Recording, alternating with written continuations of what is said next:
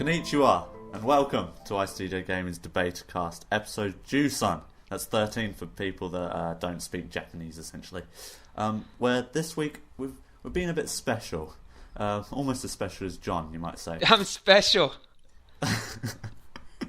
We're traversing the land of the rising sun and delving into the maturing stages of gaming, which is JRPGs. I will be your host for today, Noah Graham, and I'm joined by two wonderful people. John, the Baroness Moore. How's it going, John? I'm good, man. I still like that nickname. Yeah, and you're stuck with it, buddy. Oh, that's perfect. Awesome. And Cody, the Eskimo / literally correct, probably Inuit, Gypsum. That's a bit catchy there, isn't it, Cody? I was about to call you Gypsum. That's not right. How's it going, Gypsum? I'm doing great, thanks. That's good to hear. Before we delve into the JRPG sort of theme, I guess we'll go through games we've been playing, and we'll start off with you, John, because I know you're playing a game that I kind of hate you for it, but go ahead. I'm assuming you're talking about Shadow of Mordor? I might be. The game is so fun, dude. Although I have to say there's a lot of Assassin's Creed elements to it. Like you could when you jump off the little tower to start your missions, that looks a lot like it. The stealth mode stuff. And I think there's some controversy surrounding that. I'm not sure, but it does look a lot. There's some elements to it, but it still kind of seems fresh, kind of new in its own way. The fighting system is awesome. I love just cutting people's heads off and all the orcs' heads off and stuff.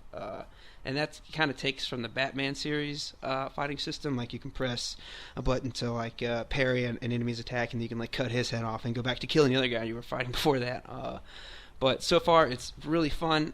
It's kind of it's open world. There's a lot of stuff to do.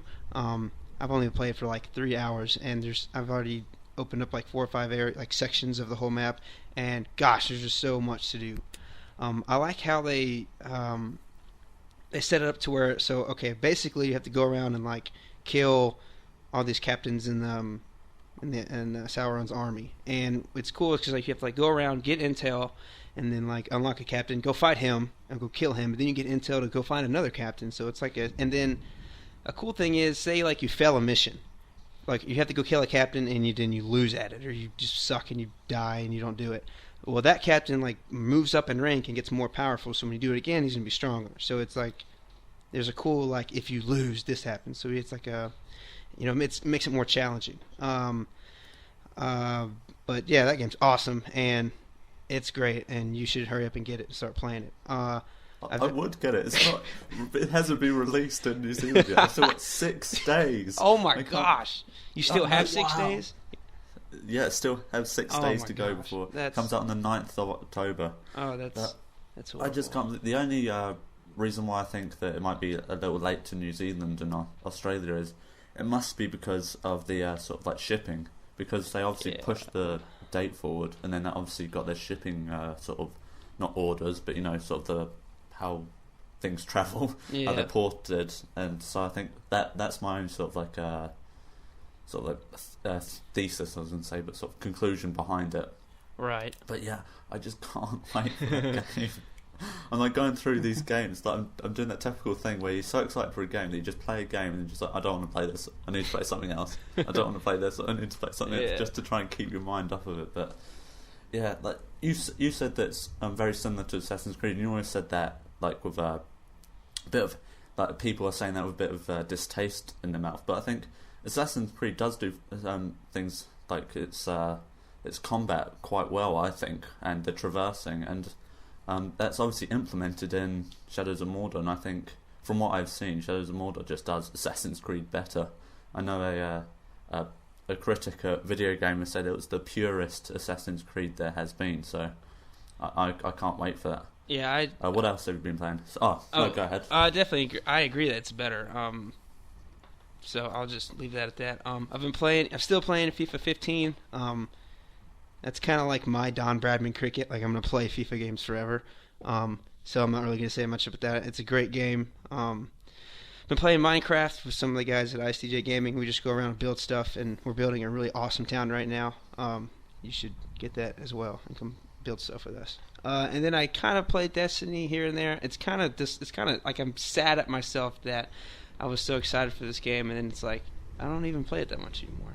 Like I'm trying to get to where I can do like all the big hard, the Vault of Glass raid and then the Nightfall Strike. Like those seem really fun and will be fun to do with other people, but it's like I'm not there yet, and it takes a long time to get there, and it's just like I don't know if I'm gonna waste 5 hours trying to get one piece of armor, but I don't know. So I play that off and on. The Crucible's still fun, and just going around patrolling and shooting stuff can be fun here and there, but not like let's sit down and play Destiny for 5 hours. I don't really do that, but it's still fun here and there.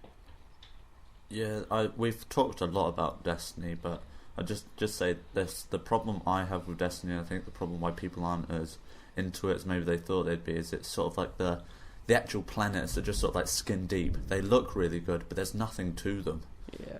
There's no sort of something to entice you really, and I think Destiny has probably been one of the biggest letdowns of this year. I think it's fair to say, but I think apart from Watch Dogs, but and I think it's quite funny because playing Shadows of Mordor, and I think people are quite surprised by that game. I mean, when I first saw it, I thought this looks like an awesome game. Me and Mike were both like, "Yep, we want this right now." Yeah.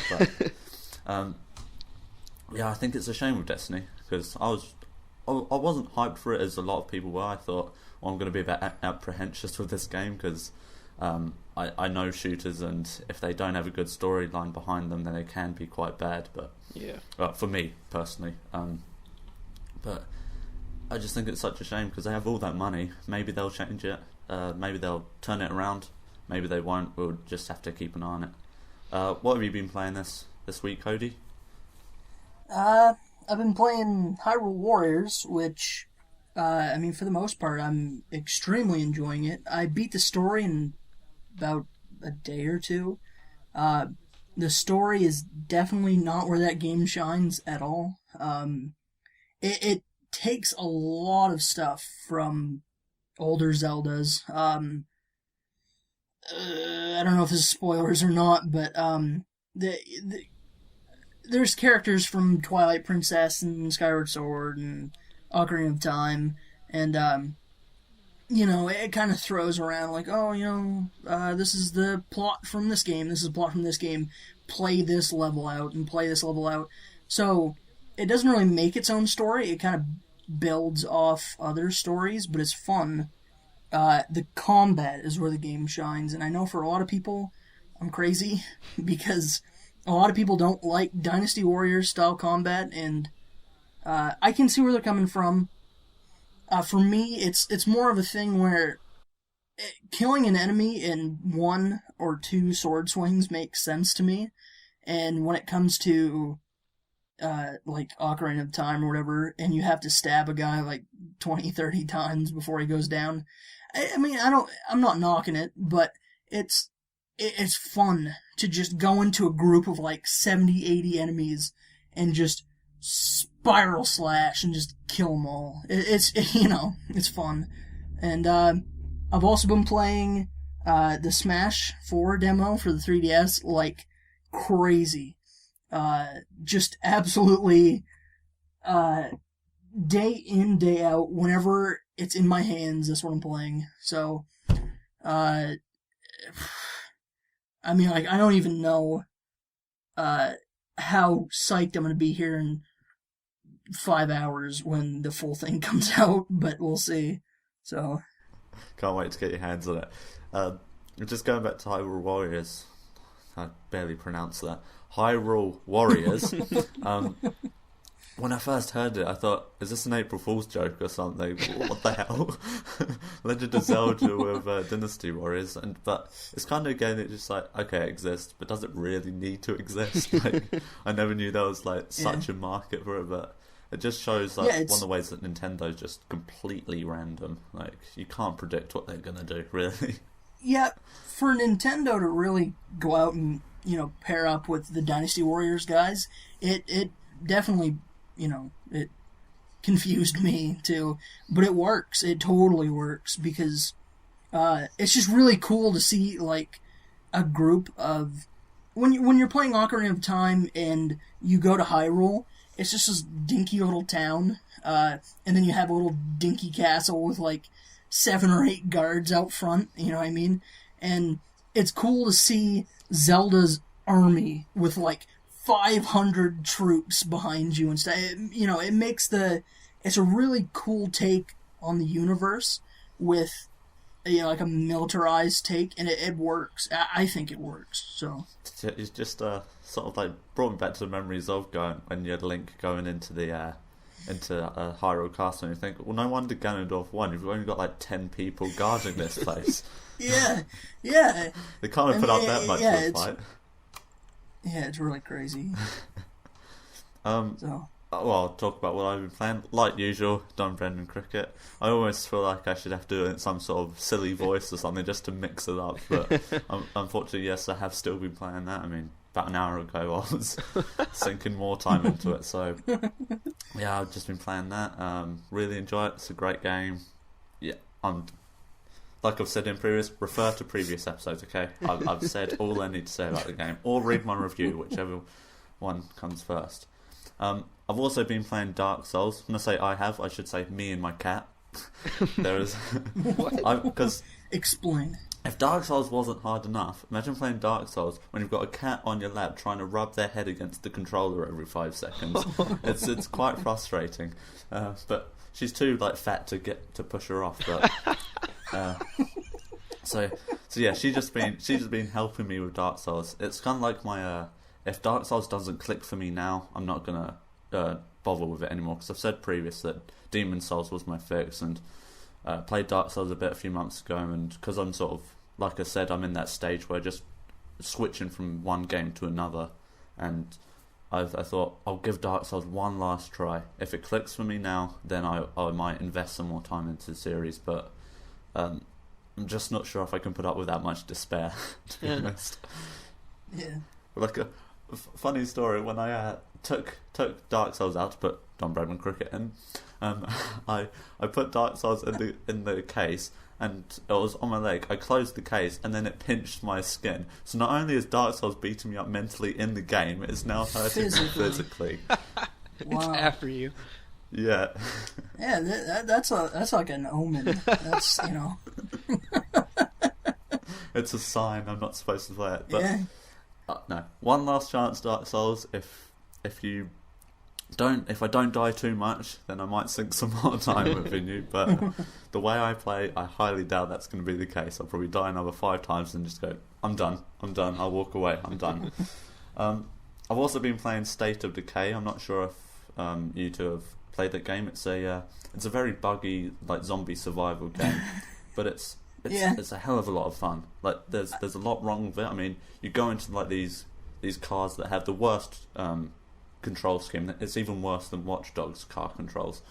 But essentially, you drive around and you can drive into a bush and just the bush is solid. So you drive into a bush and just crash and just the game physics. Yeah. I think I've heard worse words than buggy to describe that game. Yeah. So but there's just something just so enticing. I mean, the storyline's absolute rubbish, but one person that was reading, watching YouTube videos of, he said it's not the actual storyline that you care about in State of Decay. It's your own storyline that you've given these characters, which I think is so true, because they're sort of your own mini series.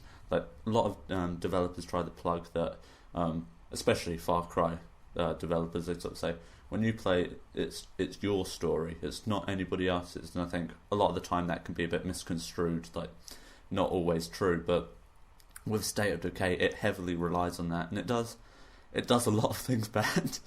But what it does good, it just excels at. It's just so enticing. I've also been playing Danganronpa. I've completed it. Oh, nice.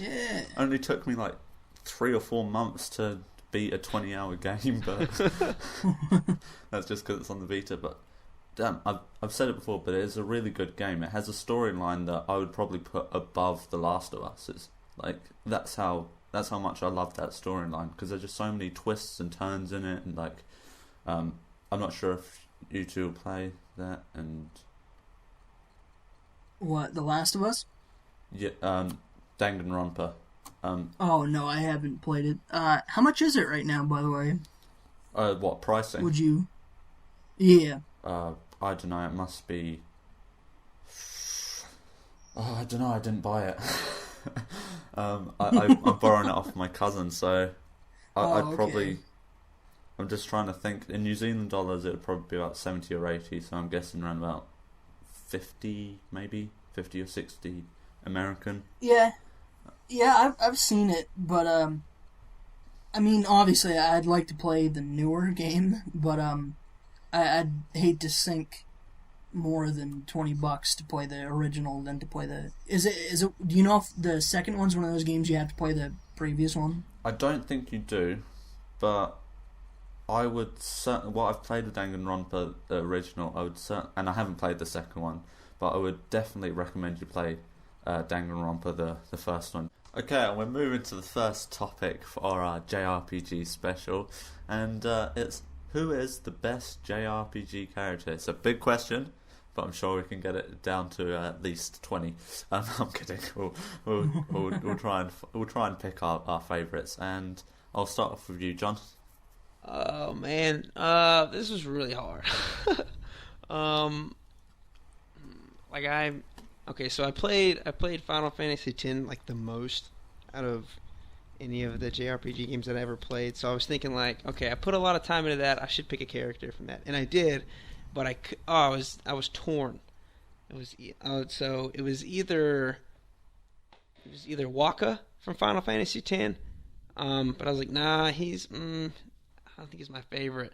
So I went with Auron, and I choose Auron because he's straight up just like a badass in the game, and he's not even the main character, but he gives Titus, like, he's like an asshole to Titus, but he's kind of like his father figure in a way. But I just love him because he has a huge friggin' sword he just kills stuff with, and like at the beginning of the game he's like super strong. I mean, just throughout the game he's just he doesn't take shit from anyone. He's like just a badass overall throughout the whole entire game. Like, his character doesn't change.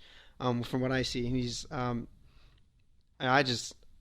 time he talks, it's just like, ooh, what is he gonna say this time, or like, what is he gonna do this time? So, like, I love the way he is. So, it's still a hard question to do, but I would choose Auron from Final Fantasy X. Yeah, he's got the typical like sort of Japanese badass sort of like thing where they have to have one arm in sort of like in the sling kind of position. Yeah. Like go to Naruto, and Itachi, the best character in it, is exactly the same. Yeah. It's just like a Japanese. Yeah, he's got a what is it, a Bushido move where he drinks alcohol from the big like sake jar he has on his side and spits it on his blade, and it like catches fire. Yeah. And he like vanquishes demons. Yeah, it's crazy. That's awesome. Yeah, nothing normal can come out of Japan. I love it, but nothing normal can. No. What about you, Cody? Is yours coming from the Final Fantasy universe, or is it something else? I had a feeling John would say something from Final Fantasy X. So the other Final Fantasies, I couldn't really think of anything. So I had to go to Mother 3 for Lucas, because, spoilers to anyone who hasn't played this game, he goes through a lot, and he goes through in the beginning of the game, the first 15-minute chapter, his mother dies. Spoiler alert. He loses his brother. Yeah, well, no, Spoilers. Yeah. He loses his mother. He loses his brother. Well, his brother disappears, and after that, you play as his father, and you find out that Lucas also ran away. There's like a time span that's like a 5-year gap. This happened, and once you actually start playing as Lucas, he starts to kind of go through, my mother's dead, my brother's gone. What's the point of doing anything but crying? And, I mean, he's just like a kid. I think he's only like 11, 12. And, he ends up finding out that the world is going to utter crap, and he's the only one who can, kind of like save the day. And he's kind of thrust into the position of the hero. He's not, he doesn't really choose it. And he gangs up with, a ragtag group of weirdos. And through the story, the group kind of has their revelations about like what their problems are, and then they deal with them. But as they kind of learn their problems, Lucas still has that feeling where it's like, well, my brother's still gone and my mother's still dead. There's, but he still perseveres for the good of the Earth, no matter how crappy his outlook may be. He still does it for everyone else. And he doesn't have like a Garnet moment like Final Fantasy IX where she has such a panic attack where she goes mute for the rest of the game and can't cast spells. Which is such a pain. He just, he keeps on fighting, so I'd have to say Lucas. Okay. Just listening to you describe that story, the parallels between that and Ni no Kuni. Oh my god. I've never played it, so I wouldn't have a clue. Okay, well, essentially the same storyline. And that's one of my favourite JRPG characters is in Ni no Kuni, but my first thought was obviously Vivi. I mean, come on. How can you not show that dude some love? I mean, I'm not as only is he like funny when you first play him, like, and not intentionally funny, just sort of like the way he's sort of kind of awkward, like that how he moves. It's like a cute clumsy. Kinda... exactly. But then actually when you start getting things, and when he like figures out that he's a clone. Sorry, like spoilers alert, but you'll get over it, I'm sure. Figures out he's a clone, and then he just goes like. Awesome, like just like those cutscenes of Vivi just like standing up and like getting confidence, and I mean he's for somebody who doesn't say anything and who doesn't have any like facial expressions really, his sort of like character development is just so good. You have, it's weird because a lot of like JRPGs, you have the warriors where they know they're gonna die, and it's like they die in a blaze of glory. And then it's him where he felt like he was a little kid, and then to realize that death was a thing, and he didn't know when his time was gonna be up, and like that really put him down through a lot of the story. It was a really crazy like character development thing. Like that's one of the biggest character development like through the story, through any story, JRPG-wise, I can think of. Because, I mean, he really learns what it means to die and to accept it, and it's just nuts. Yeah. That's why Vivi's a close second. My favourite one is Mr. Drippy from Ni no Kuni, and I don't think you've played it, John, and I don't think you have, Cody. No, so... But Mr. Drippy is essentially... Oscar, that's the main sort of boy, because the storyline of that is he loses his mum, and then it's kind of like a dream world that he sort of creates. You're not sure whether that's like when I was playing it, I wasn't sure is this actually happening or is he just going through depression. So yeah. But anyway, he has a toy that his mum gave him, and it comes to life, and he sort of goes into like a fairy world. But the reason why I like Drippy is because he has a Welsh accent. I really enjoyed it. Oh yeah, Mr. Drippy. Yeah, I know who you're talking about then. Yeah. He's the yellow guy with like the elephant nose, isn't he? He is indeed. I love Mr. Drippy, but just because he has a Welsh accent, it's just so brilliant. It's my favourite accent ever, and that's why he is the best JRPG character, because he has a very Western trait. That makes sense. But yeah, going back to the. Vivi, I just love that dude. Like, how can you not? Oh yeah. I'm sure there's plenty of other JRPG characters that are really good, but I would recommend you guys go and play Clockwork. I think it's called Clockwork something. God, that's really bad. I can't even remember the name of it. But essentially, it's a spoof JRPG thing where it's about 45 to an hour long. And essentially, it's just taking stereotypes from JRPGs. Like, there's one point where you come across to a save point, like the save crystals, and one of your party just says, what the hell is this doing here? It wasn't good back then. It's not good now. Just pick it up and put it in your pocket, and you do that, and then you can save wherever after that. Really? Yeah. That's awesome. That's Like funny. it just does all that kind of stuff. Like when you first start out, you're the protagonist who's sort of like a generic sort of broody sort of stereotype, and he goes down and his mum greets him and he's just like, my heart is full of darkness or something like that. and then his mum's just like, would you like some porridge? And he's just like, my heart is full of darkness. And it's just brilliant. Anyway, he comes out of a building, gets killed, so the protagonist is killed straight off. You then play as his a party member, and you go back into the house, and his mum just doesn't care. As if like, oh well, it was bound to happen, just nonchalantly. Like, I just think it's just so brilliant. If you love JRPGs, you'll love that. We've spent enough time, so I think we should go on to topic 2. What is better, JRPGs or Western RPGs? And you can start us off, Cody, if you'd be so kind. I would have to say JRPGs. I mean, that's the whole point of the show today, right? So, I'd have to say JRPGs because I think they take the story to a higher level than a lot of the Western RPGs do, or the action RPGs. A lot of Western RPGs are kind of about like, just let's, point fingers. Fallout, you got the apocalypse kind of setting.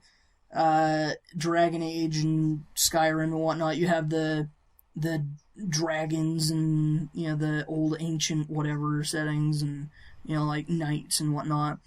And then when you think about JRPGs, they make worlds that have their own set of rules. That, like back in ancient times, you have the dragons breathe fire and this and that. But like Pokemon, where the main gimmick is kids going, leaving on their own at like age 10 and capturing animals and fighting them to, to become the best. And it's something that the very best like no one ever was.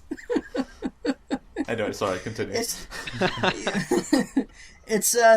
It's cool to have a world where the world is made and then it has its own set of rules, and also games where they have a really lighthearted story, like the Paper Mario series.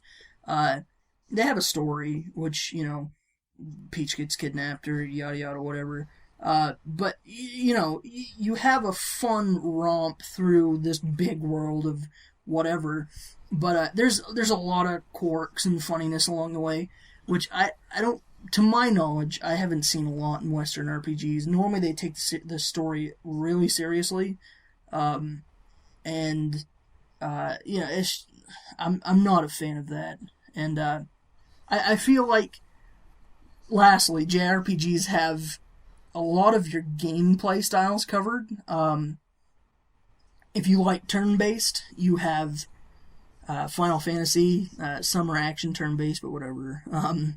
You have like the more actiony side, like the Dark Soul, the Souls series, the Tales of series, the Kingdom Hearts series, yada yada.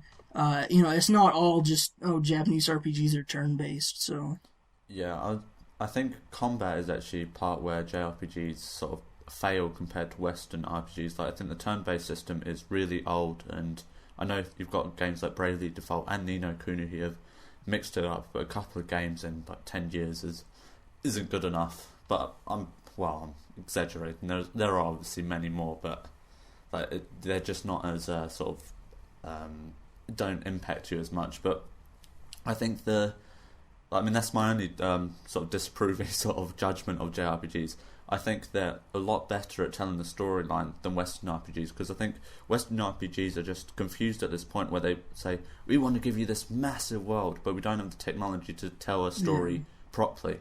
Whereas JRPGs are, in a sense, the levels set in a massive world kind of thing, where you have to go from one point to another, and you are telling a proper storyline. But with Western RPGs, they want you to explore so much, but then also try and tell a really impacting story, and I think it's just so hard to do that. I mean, look at The Last of Us. I know I always bring it up, but how bad would that storyline have been had it been an open world game? You just wouldn't have. It just wouldn't have had that impact. And I think that's a lot of things that Western RPGs need to get down. And I think when they try to sort of tell these narratives, they just sort of focus them then into sort of like just a mindless hack and slash kind of thing, which is where they go wrong.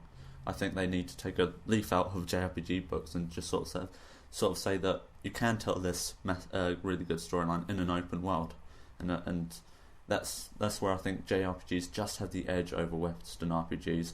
However, I do enjoy the combat a lot in RPGs, so my vote, it's slightly Western RPGs.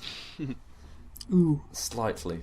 Very close. If it was like a bar graph or something, it would be like 0.0000001%. Man, you even said Konnichiwa in the beginning, and you said, man, and then you go and say Western RPG? I know. I'm a disgrace. I'm sorry, Cody. Yeah. I've ashamed you. Oh no. What about you, John? Which do you prefer? Well, I agree with both of you guys when you say like the JRPGs definitely get the story aspect of it right. But they're so like there's a lot of JRPG games that I loved, like the Kingdom Hearts, a few of the Final Fantasies that I played. Legend of Dragoon, I love that game. But it's really close for me too. Like I love the Elder Scrolls series. Like I love all those games, like Morrowind and Oblivion and Skyrim was awesome. But I think what the Western RPGs are trying to do is like they think is bigger is better. Like, hey, here's this bigger world, and then next year here's a even bigger world, and there's no story. You just run around and do stuff. Like for a while that's fun, but then it's like, what's the point? So I was just going to say, how many times have you heard a developer go, see that place over there? You can go there. I'm just like, yes, we've heard this for ages, buddy. That doesn't make it a great game. You see that mountain? There's a pebble 1,000 miles away. You can go and touch it. Thanks. Awesome. That's really good. Yeah, I think JRPGs have a good sense of like world building, where a town has almost always some sort of backstory or an event happens in said town that makes you remember the town. I'll admit, I didn't play Skyrim very long, but I couldn't tell you a single name of any town in that game at all, because none of the towns were a place to go instead of a place to experience something for me. So that's a very good point. Like I can name the places, but that's only because I've had to click on them so many times. Like I need to go to Winterfell because I've got a quest there. But I totally get what you mean. Like there's no. I keep saying this and it sounds pretentious, but there's no personality there. I just think that's true. Like they try for it, they really do try, but there's just not as much sort of character to them as you can get with JRPGs, and that might be because we're coming at it from a different culture. Like we just see these JRPGs and they just have such wacky personalities because we're not used to their environment. So I think that's where they also excel over Western RPGs. I feel like the Western RPGs try to give you all this content with like less personality, but the JRPGs, they give you not as much, but it's just packed full of substance, so you can remember everything, and it's impressionable. And the Western RPGs, it's most of it's forgettable. Like I can't remember some of those towns' names, like in Skyrim, and I put over 150 hours, and it's just like I can't remember that one over there. It just doesn't stick. Yeah, I can remember the ones in Oblivion where you fast travel to, but then I think it was Skingrad, but then it would be nowhere near convenient to where the shops were.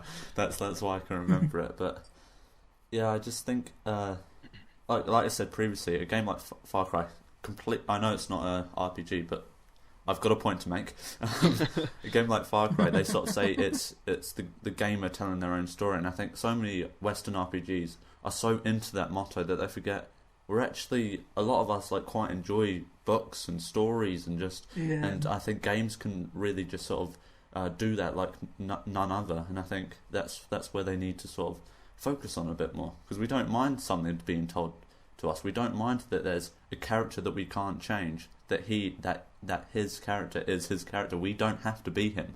I mean, that's what Last of Us, again, I'm sorry, but that's what made Joel so great, was because he made decisions that we wouldn't think of, and that shocked us, but we thought, well, no, actually that makes sense for him. He's a brutal man. So I think Western RPGs they have been around for a while, but they're still developing, and I'm sure as JRPGs get less popular, maybe we'll see those sort of ideas bleed into Western RPGs. But then again, Japan is quite sort of a secular country, so their ideas might just stay in Japan, as we are seeing. So it's something to watch. We've gone on enough. I think we'll just have this as a last topic because we've been talking for quite a while, and it's a good one to end on. It's going to cause a lot of debate. What is the best Final Fantasy? And John, you can start. Awesome. I know Cody's going to have a lot to say. Yeah, I'll get mine out of the way. Yeah. But for me, it was between 7 and 10, and I'm just going to go with 10. I think everyone knows that. But just because I can't even pick like one point, like one aspect of the game that I like. That's the one part I love. It's like the whole game is just great to me. So for me, it's Final Fantasy X. Cody, it's your turn. Has anybody got anywhere to be in the next couple of days, really? So, the question was, what is the best Final Fantasy, or what was our favorite Final Fantasy?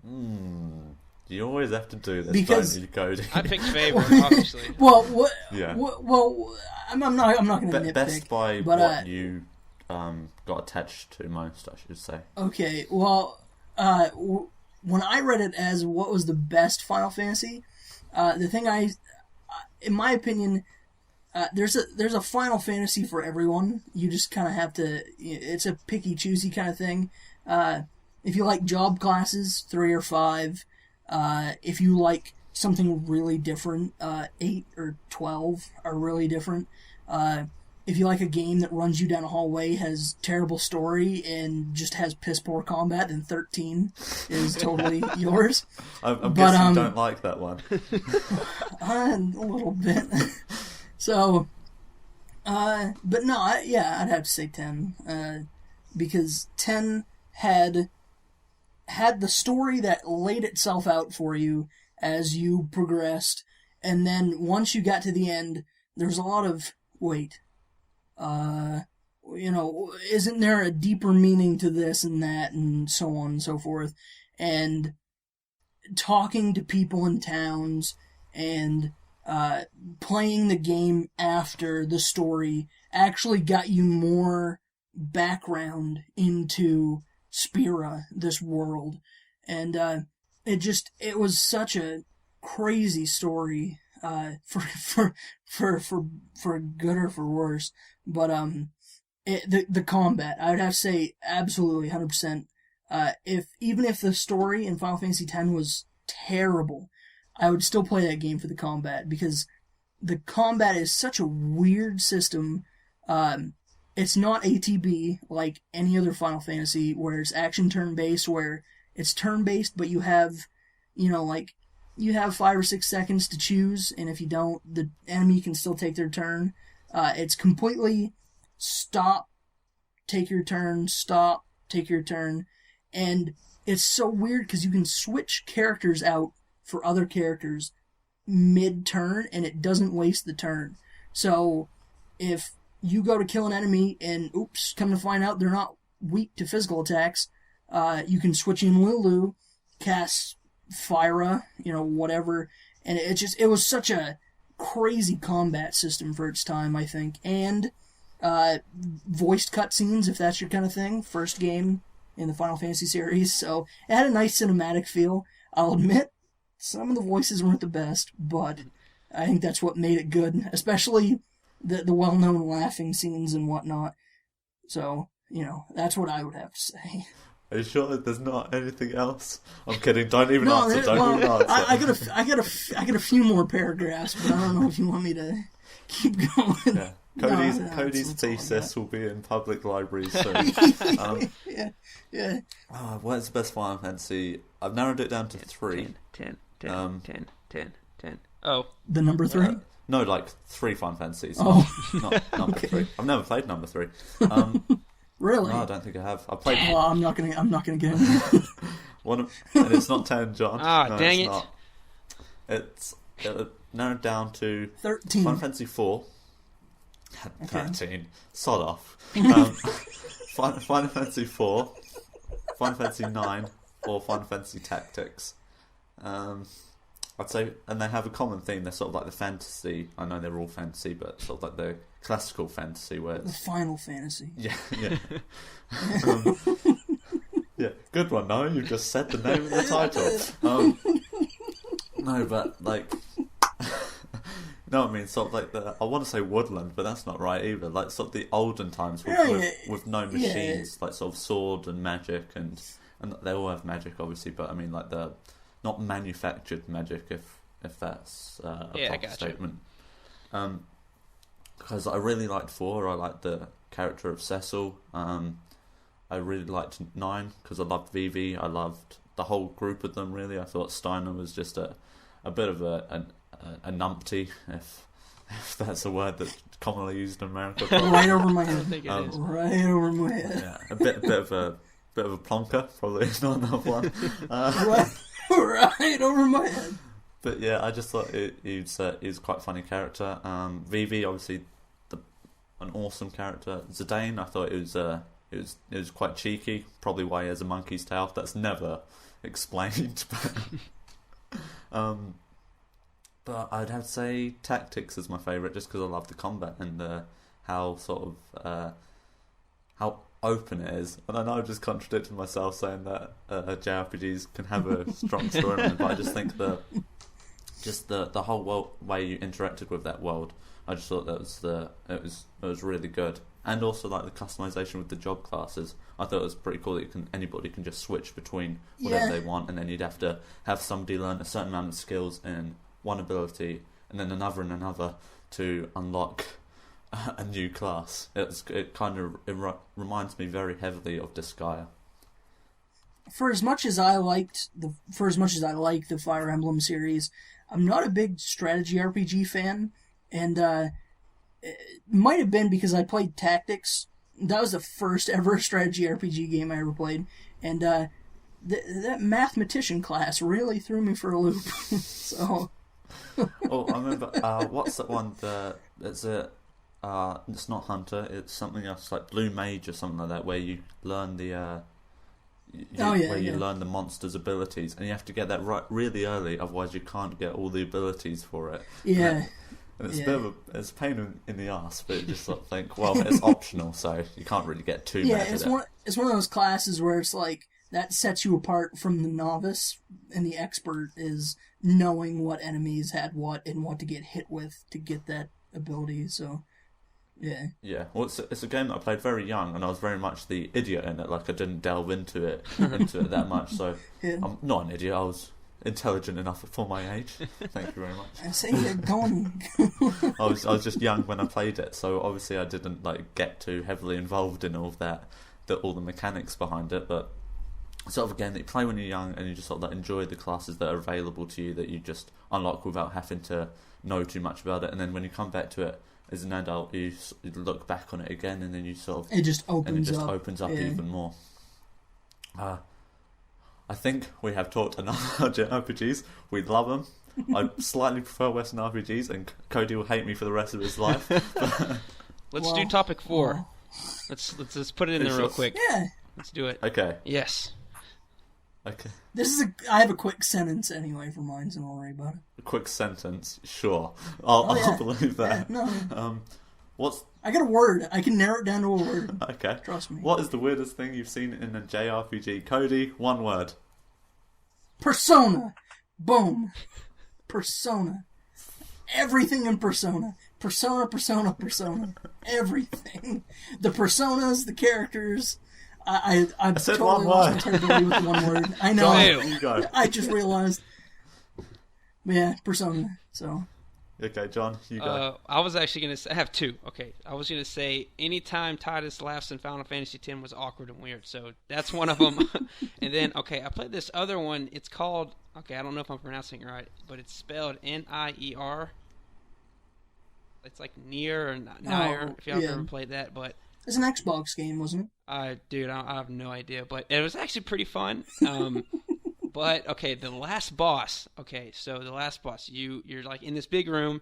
He's on the other side, and all he does, literally the entire time, is just shoot like red orbs at you, and they like say, okay, he shoots one at you, but he shoots like 50 at a time, and they're all going in different directions. So all you really have to do is just like jump him over and then go hit him, and he dies. So I thought that was weird because like it's literally the last person you fight, and he doesn't even move. Like, he's just sitting around just shooting stuff at you, and he's just like, oh, okay, just come over here and kill me. Is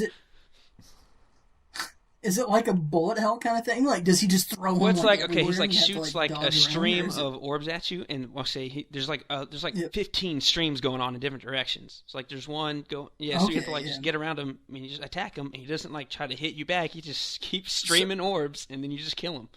So it looks daunting, and then you realize Yeah. this guy has no It's idea. like the what final he's boss, getting you're like, himself yeah, into, pump, fight him, and he's just like, this is, it's silly looking, but I was like, okay, whatever. Like the whole Yeah. game is silly, but I was like, okay, that's acceptable. Yeah, I'm gonna slightly cheat with mine and actually go say the Clockwork game, because in it has this person called Tem McLeish, who's a police officer, and essentially he comes into the game to sort of get rid of stereotypical JRPG tropes. That's essentially his role. So it's technically a JRPG. So I'm going to cheat with that. The only other one I can think of, I mean, there's so many, but for some reason my mind's just gone blank, and all I'm picturing is Vaughn's from Final Fantasy XII. Vaughn's clothing attire.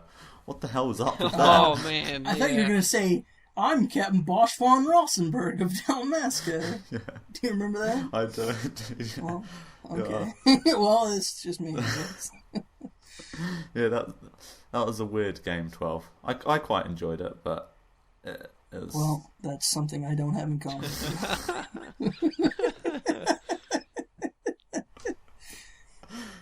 But anywho, I think we should end it before I get bullied anymore. Yeah, thank you for joining us once again. We talked absolute rubbish. We didn't exactly do JRPGs a good service, but we didn't hate on them either, so you decide which is better. Yeah, that was episode 13. Make sure you check out all of our content at IceDJ.com. We also have another podcast, not as good, but you know, you can go there if you want to, I guess. That's called the Alphacast. You can also contact us by sending us an email at deBETacast@gmail.com. You can also send us a message through our forums, through our Twitter account. You can send it us personally a Twitter account if you really must. You can tweet Cody at Ydocvader, Ydocvader. You can tweet John at MX2 Nerd. And you can tweet me at NoahGraham17. That's NoahGraham17. I forgot to plug. We're also doing a Revealed podcast for Super Smash Bros. So make sure you check that out and Revealed. check out all the. Oh man, 4 more hours. Wow.